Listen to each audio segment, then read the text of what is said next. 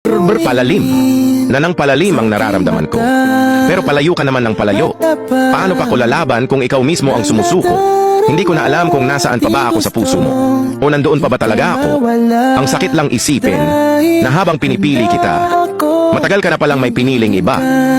Tungtong-tungtong sa una lang pala masaya. Akala mo tungtong-tong sahur? Hindi. Sa una lang kasi nararamdaman yung saya. Yung tipong papasayahin ka lang saglit tapos kapalit lungkot na malupit. Langhiyang pag-ibig yan ang sakit. Bombombini di pinili. Anong akala mo? Bombombini Busing? Wakyo di ka pinili gago, ikaw kasi magkaibigan na kayo. Umamin ka pa talagang hinayupak ka. Nasa iyo na pinatalo mo pa? Ayan, hahaha. Maga masasayang araw nyo na wilang. Sa wala, araw ko po same surrender na nasasaktan nako. Chimpanzini di pinili? Ang sakit no? Yung taong mahal mo may mahal ng iba? Yung tipong buong buhay mo inilaan mo sa kanya, pero bandang huli hanggang kaibigan lang pala. Ang sakit lang talaga na yung taong pinili mong mahalin ay hindi ka kayang piliin. Lirili-larila, ginawa mo akong tanga. Akala ko may ibig sabihin yung mga pagchat-chat nating dalawa. Sa tuwing napapatawa kita, akala ko ako na. Yung tipong, aba, baka ako na nga yung dahilan ng mga ngiti niya.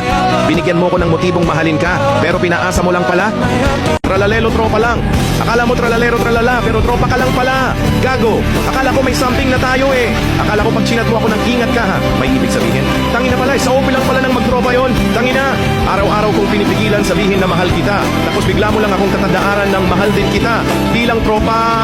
Anong bilang tropa? Tropa mukha mo. Ayoko masira friendship natin. Eh putang ina, sira na nga eh. Tangina ang gulo mo. Ballerina, may iba na siya. Akala mo ballerina cappuccina. Mali dahil may iba na siya. Ang sakit no? Kaya mag-move on ka na dahil hindi na ikaw ang mahal niya o minahal ka nga ba talaga? Cappuccino, ang sakit no? Yung taong mahal mo, may mahal ng iba. Yung pakiramdam mo sa kanya umiikot ang mundo pero sa kanya kaibigan ka lang. Tipong hindi mo maamin na may gusto ka sa kanya dahil ayaw mo masira pagkakaibigan nyo. Haha, sakit nun no?